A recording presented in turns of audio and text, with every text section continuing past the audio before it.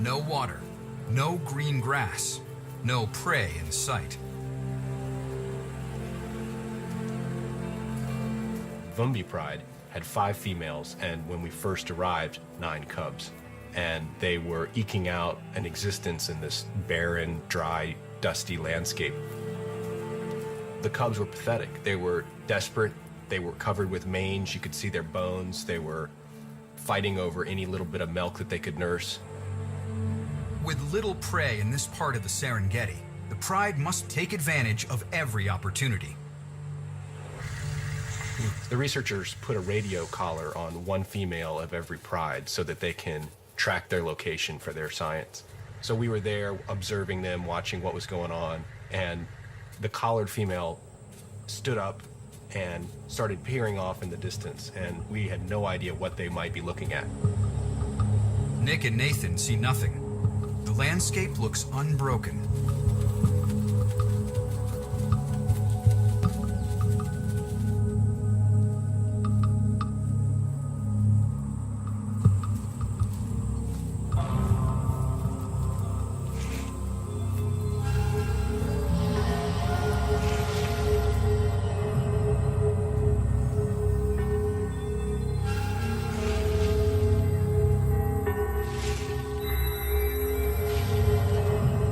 Showed up there, the collared female and some of the other big females were pawing at this dusty, rocky dust.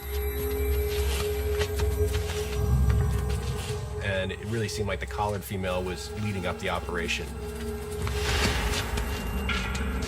She was really, really intent on whatever was in that hole.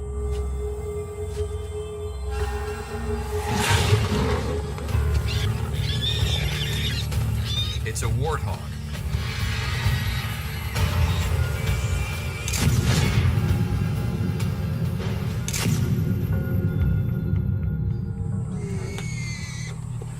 Just the fact that they would go in that hole and pull this thing out is incredible, because you realize that they were willing to take that risk because they were desperate.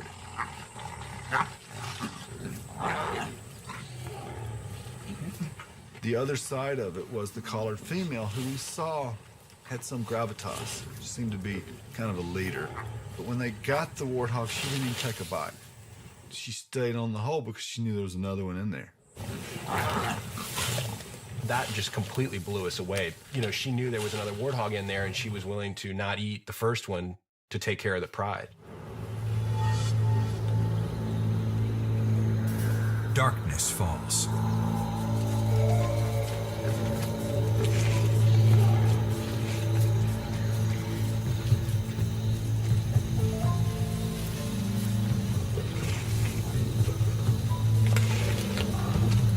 Eventually, her persistence pays off.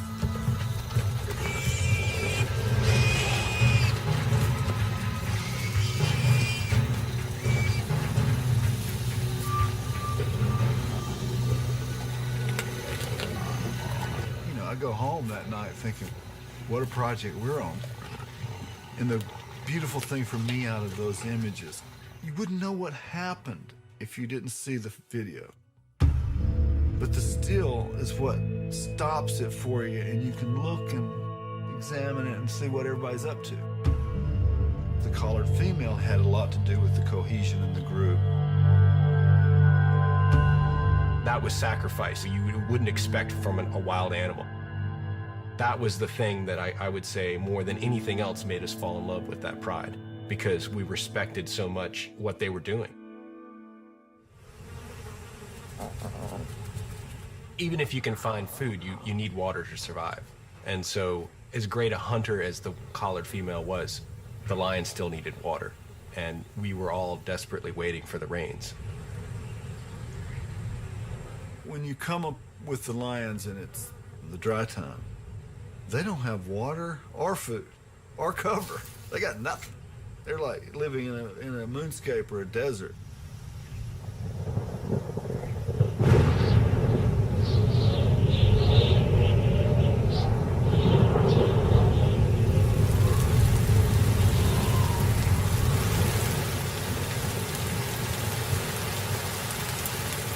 In the dry season, storms can roll in quickly, but they don't last long.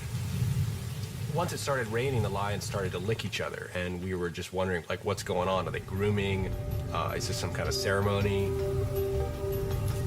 Eventually, we realized that they were actually licking water off each other's backs in order to drink.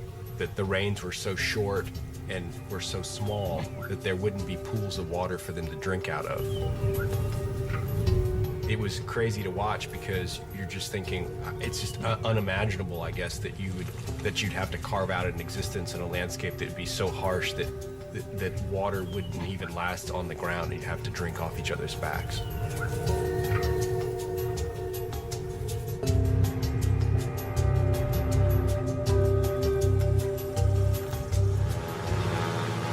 It's late January. A short rainy season has just ended. After a few months away, Nick and Nathan are heading back to the Pride. Our first trip was basically a chance to get to know the lions. We shot most of that with camera in hand, just sitting in the vehicle, and there's only so much you can do when you're shooting out of the car. So what we wanted to accomplish on our second trip was to use some of our gear to get really low and really close and get it right in there amongst the lions. If I'm going to do the king of the beast, it's going to be the king of the beast. You know, he can't be the king of the beast that I'm looking down on.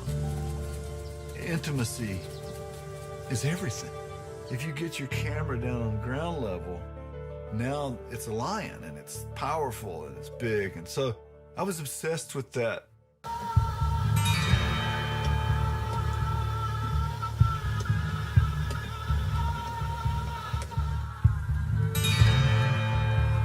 We had this robot constructed for us. It had tank treads, an armored area to hold the cameras, and we built it so that there would be two cameras in it. One for Nick to use to take still pictures with, and one for me to use to make film with. Oh, we'll go check on the den, and then we'll go back to the Pride. While Nathan works on the robot, Nick and his wife, naturalist Reba Peck, check in on the Pride.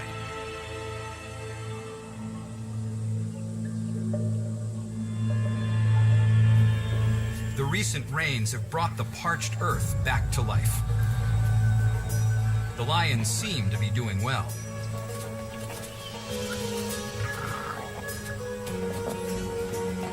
As we come back, the cubs are bigger, they're much stronger, they're half the size of their moms.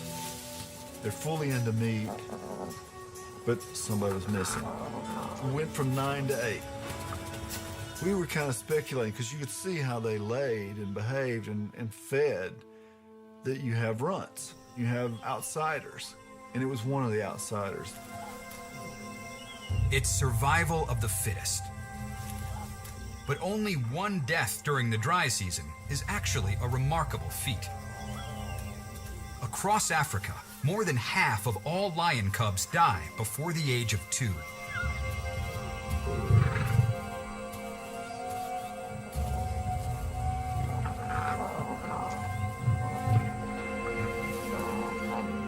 The Vumbi are defying the odds, but their success is a double-edged sword. The more hungry cubs that survive, the more pressure on the females to keep them all fed.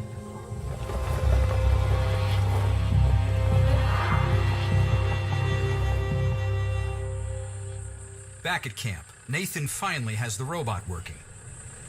Now it's time to see how the lions will respond to it.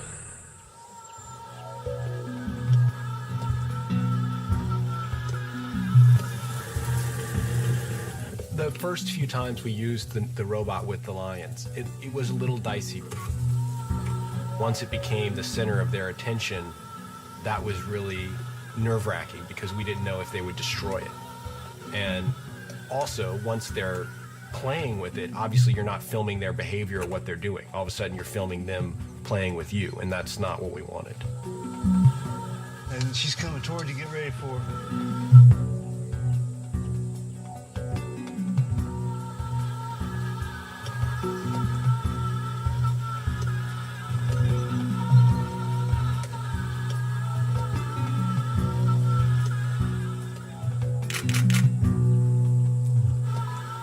They would start to gather around it and paw at it. And so there were these like crazy moments where I didn't know what to do. I didn't know if they were going to dismember the thing. Ooh, bingo. Unfortunately, the only casualty is a microphone cover What? I gotta watch lions. and a dirty lens. Right in the sweet spot.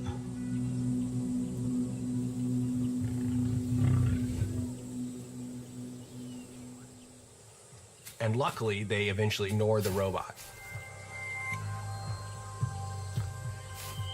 Then we started capturing this incredible intimacy where they would be grooming each other or playing around it, and it was fantastic.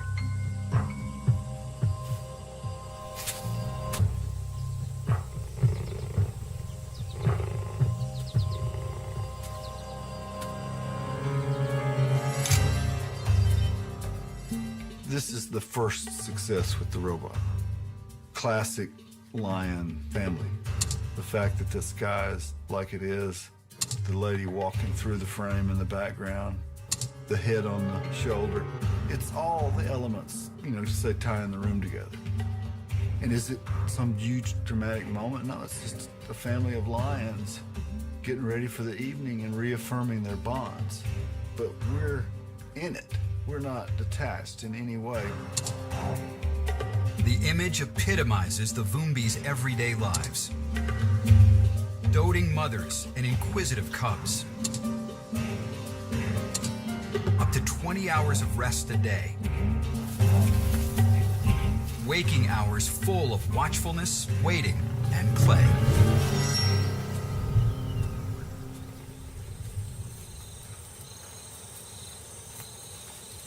Since Nick and Nathan arrived in the Serengeti, they have only seen the females of the Voombi pride and the cubs. But there are male lions in this part of the park too. The males bring complexity to the pride dynamic, and the photographers are getting impatient for their arrival. As a wildlife photographer, you can't direct the animals. You can't just say, if it'd be all right if you'd bring the males out tomorrow, that'd be swell. So, I mean, it's tough. You know, we're just basically waiting for the males to arrive, and we have no idea when that might happen.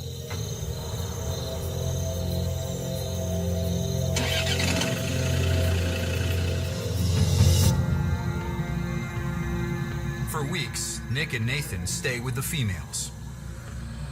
But then one day, everything changes.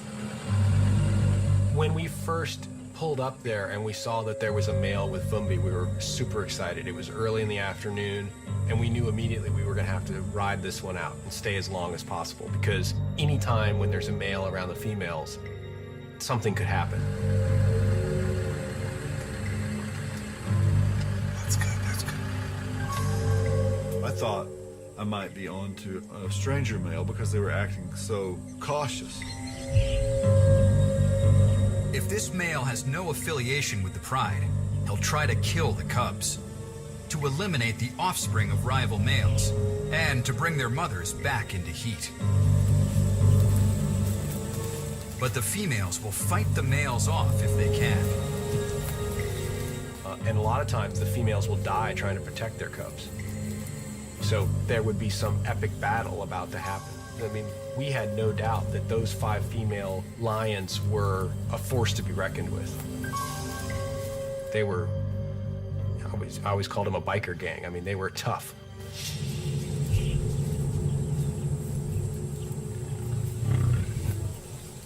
Luckily, this turns out to be Seaboy, the massive male who fathered several of the Voombi cubs. But that still doesn't mean he's in for a warm welcome. The first time that we saw Seaboy with the females, it was tense.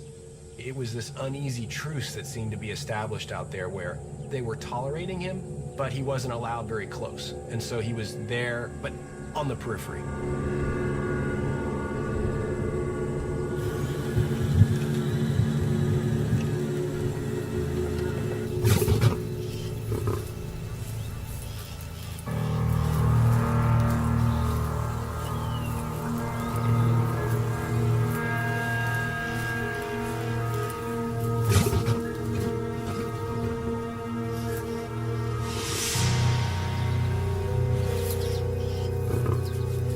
It seemed like they were unsure what to do with him and not trusting him. Exactly.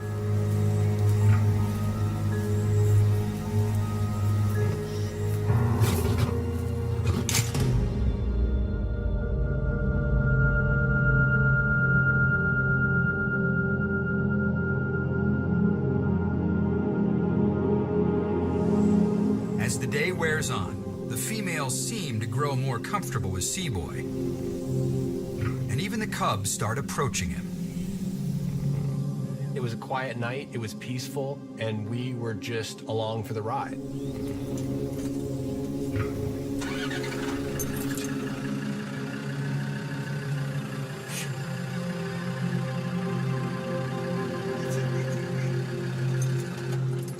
We're with them, and they're in front of the little water.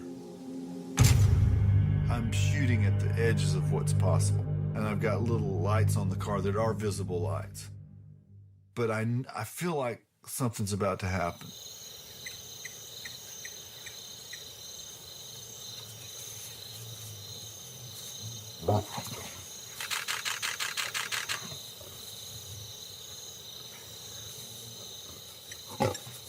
Seaboy kept growling at the cubs that wanted to play with him, because the cubs, being like, you know, like cubs do, they wanted to play with the big guy, so they kept going up and greeting him or whatever, and he would snap and growl at him. And then just seemingly out of nowhere, the female snapped.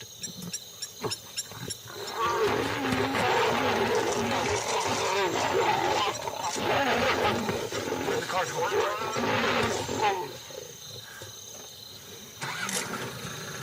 It lasted just a few seconds, and we had to wait until we saw the pictures at the end to even know what happened. It was so quick. Loud too, man. I'll tell you what. Yeah, those Bumby girls. She don't mess with Bumby. Don't mess Don't mess with the Bumby. They circled him. I know. They circled him. No, I nailed it. You see it? Oh, somebody's biting him. Collared female's biting him. No. Biting him. Biting him on the ass. We always knew she was badass. It gave us an image that I thought, at the time, I was like, I didn't think female lions attacked male lions. I thought they ran away.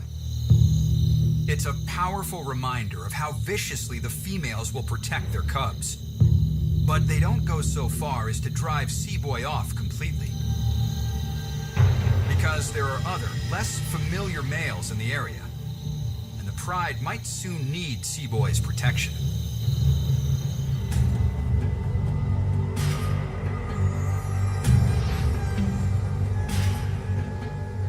August 2009. Okay, 17th of August, 2009. The researchers told us that Seaboy had actually been kicked out of his previous territory by this marauding group of powerful males that go by the name the Killers. One of the researchers named Ingela was out there and had seen Seaboy being torn apart by the Killers and managed to make some incredible photographs of that fight. When I sort of back away from that to know, oh Christ, this is in the middle of a great battle here, 3 against 1. Then they come for him, and I'm there, you know, with my lens, I can't adjust it too much, so I'm having it on the widest that I can. They're right next to your car. They're right, yeah, it's like between here and my car here. Must have been so loud. I was sure they were killing him.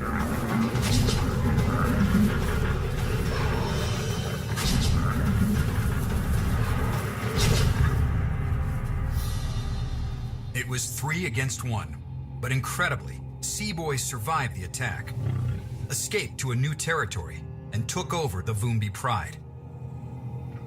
He had, I mean, what a story. You know, he was complete badass. I mean, this male was so tough that he took on 3 other males. So, you know, he was a character for us immediately. Seaboy brings a level of security that few other males could supply. But on his own, even he will have difficulty preventing a takeover by rival males. The most likely suspects? Seaboy's old enemies.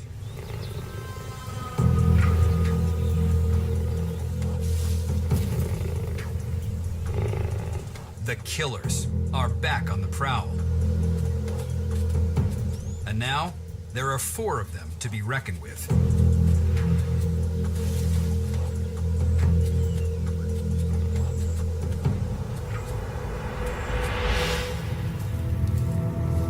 In order to survive in such a place, you need teamwork, and the females gather together and they form a pride, and they look after each other, they have each other's backs, and they defend their territory together as a unit. The males have a similar thing where they form coalitions to compete with other males. The killers are just such a coalition.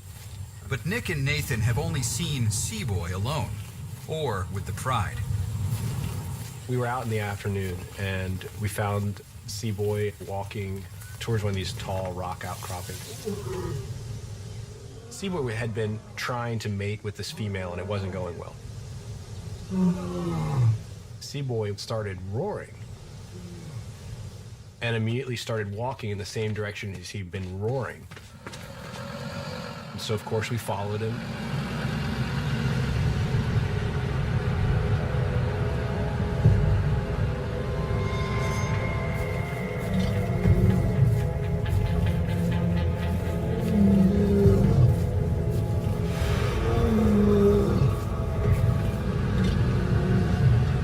Eventually we saw in the direction he was walking towards another lion coming towards him.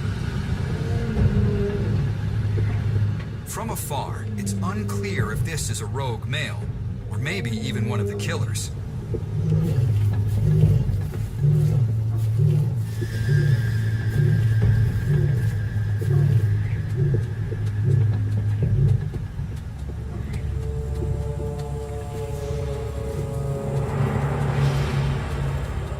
But ultimately, it's neither.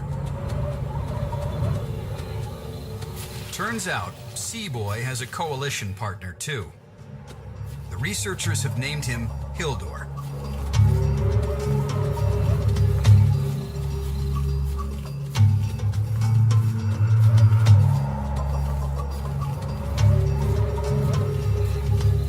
There's this incredible moment where they do this like nuzzle thing, you know, this little dance.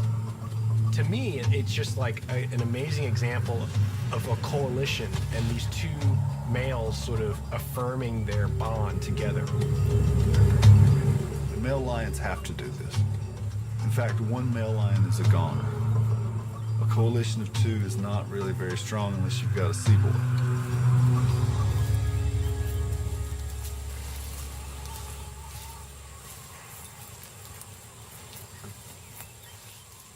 Like Seaboy, Hildor fathered several Vumbi cubs and will fight for their survival. But his arrival puts added pressure on the females of the pride. There are places where male lions absolutely do participate in killing food. But what I saw was the opposite of that. I saw scavengers that get fed because they provide protection, kind of like a MAFIA situation.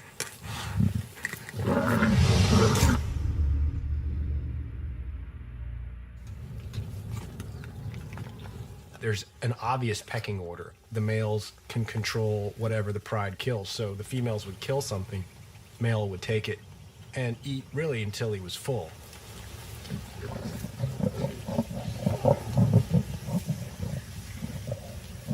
There really is very little to go around, and with a group that big, with a pride that large, 1 small gazelle or whatever it is they killed, there's not enough to go around, even for the cubs.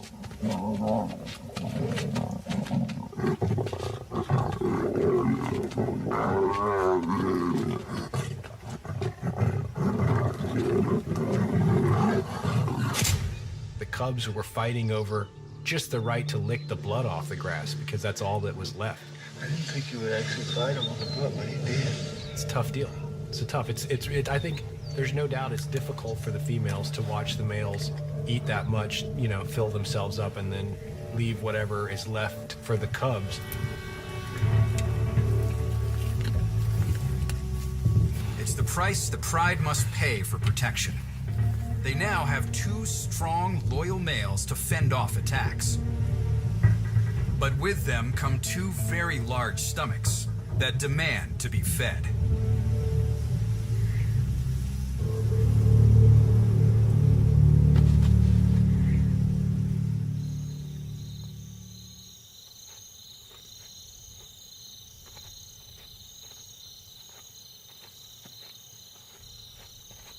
When we went into this project, everybody said, ah, man, lions, all they do is lay around and sleep. And it's true, they sleep an awful lot. But there's like a whole another part about being a lion that happens once the sun goes down. They see far better than the prey at night. So if it's perfectly dark, a lion can walk in amongst the prey and the prey will hardly know they're there. And so we had to find some way to cover that.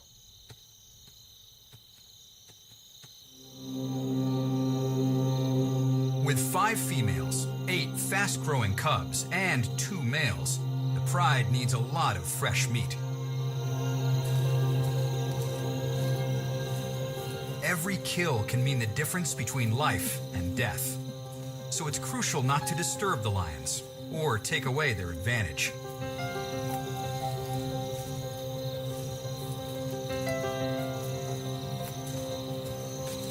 For the lions to have the most success, there could be no light. Even moonlight would mess them up. And so for us, that became massively difficult. Our cameras were unable to see when there was no moon. So we had to project this invisible light that only the cameras could see.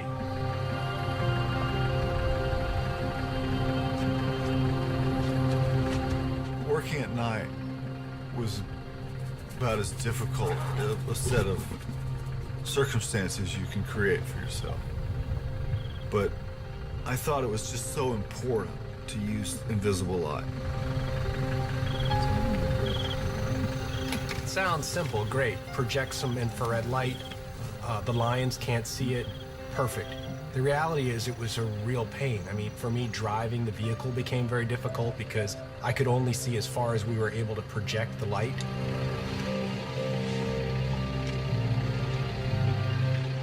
Keep an eye on this one coming in from behind us on the road. I don't know, you're just so disoriented and you can't see and you're focused and you hit holes and you can't really do what you want to do. But by working at night, I felt like we got into their world.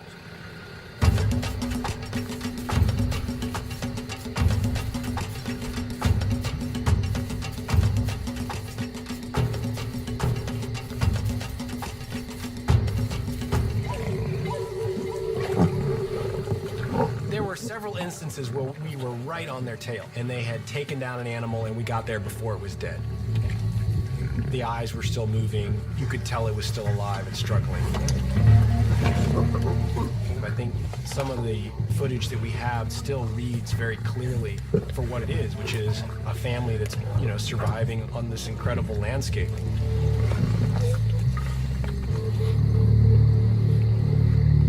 We made several frames that were really cool.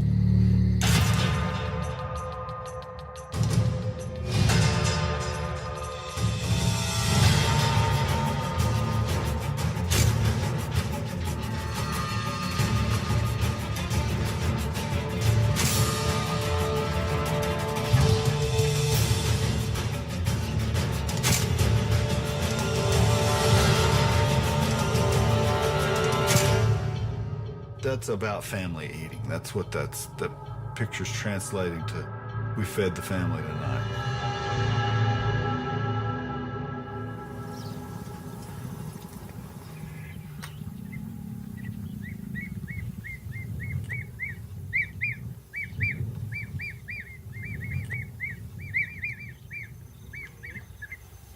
Days between hunts are slow. Just over the horizon, the killers are gearing up for a raid. The males that kicked Seaboy out of his last pride are looking for another one to take over. They're known for killing cubs. Rival males. And even adult females that stand in their way. There is no guarantee that Seaboy and Hildur will be able to defend the pride from their onslaught, even if the females join in the defense. With their cubs almost ready to go off on their own, the Vumbi pride is about to face the ultimate challenge to their survival.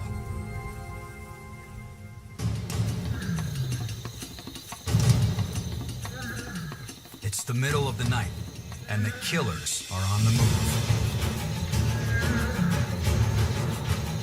The team is tracking them into Vumbi territory and bracing for a showdown.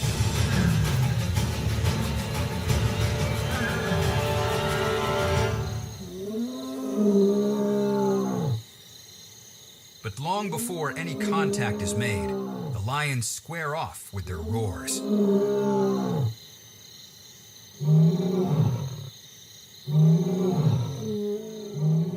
There's this incredible communication that goes on, particularly at night.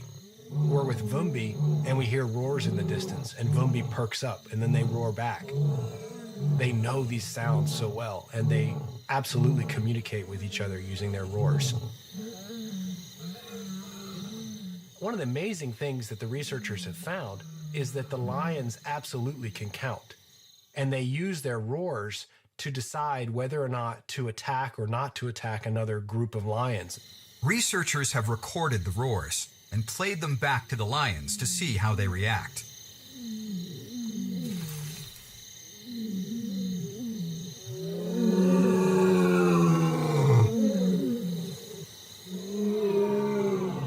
So they have found by playing, for example, 2 roars to a group of lions that say number 5, if they play 2 roars and there's 5 lions listening, those 5 will almost always come towards the 2 ready to attack. And yet if they play, say, 10 roars and the other group is 5, the other group will often go away.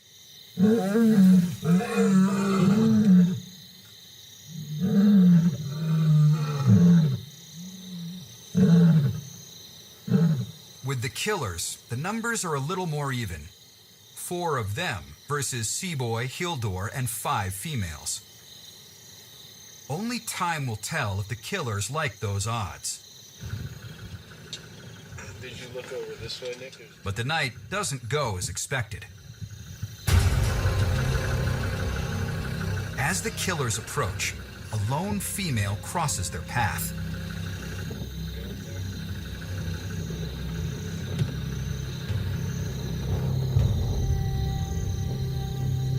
The killers are distracted. One heads off after the female.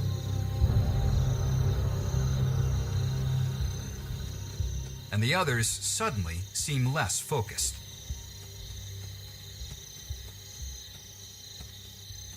Interestingly enough, when the killers did invade, they didn't even go after Vumbi. By morning, the killers have gone right through the Vumbi's territory and into the next. Perhaps the female threw them off their game.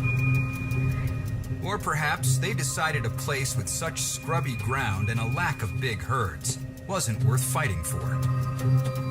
It's not worth it. I'm not going to take on Seaboy for that.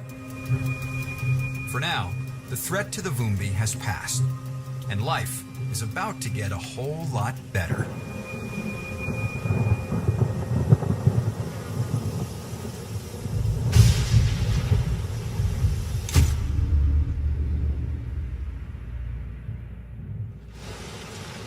Rain, in all my world out there, rain is something I savor. Rain meant sunshine in the lion's life. They're really on the edge, and the rains came, and then the prey picks up, and life is all of a sudden pretty easy.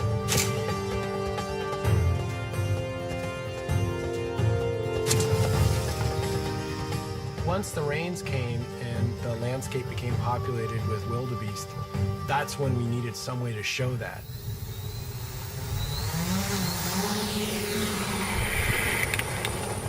And so we had this new bit of technology, this small helicopter that we were able to deploy and take our cameras just 20, 30 meters above the ground.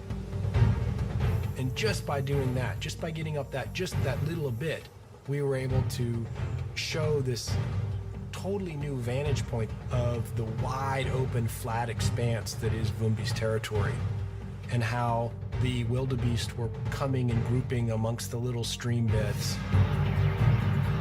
For the Vumbi, it's the season of plenty. More water than they can drink. Wildebeest by the thousands.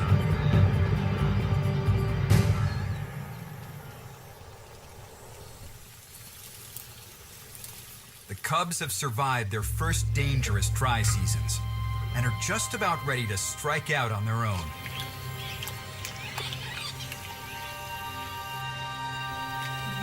They're a far cry from where they were when the expedition began.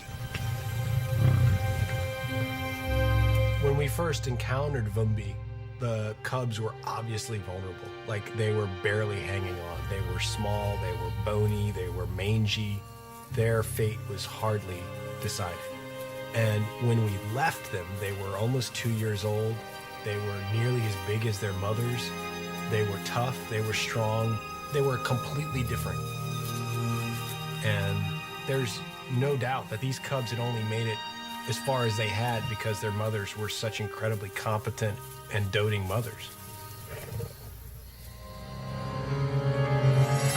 The Vumbi have succeeded in raising their cubs, from infancy to near adulthood. A process the photographers have managed to cover from just about every angle. And I believe in history. I really believe the whole point of doing what I do is that you record it, and you lock it down, and you save it, and it represents that moment in the world. And it may have some effect. You do want people to care for it, to walk away and to actually care for those animals, to feel like they're worthy of saving, worthy of keeping, because certainly their existence in the world is fragile. This project wasn't about the Vumbi pride. It became, they stole our hearts, and they showed us these lions on the edge.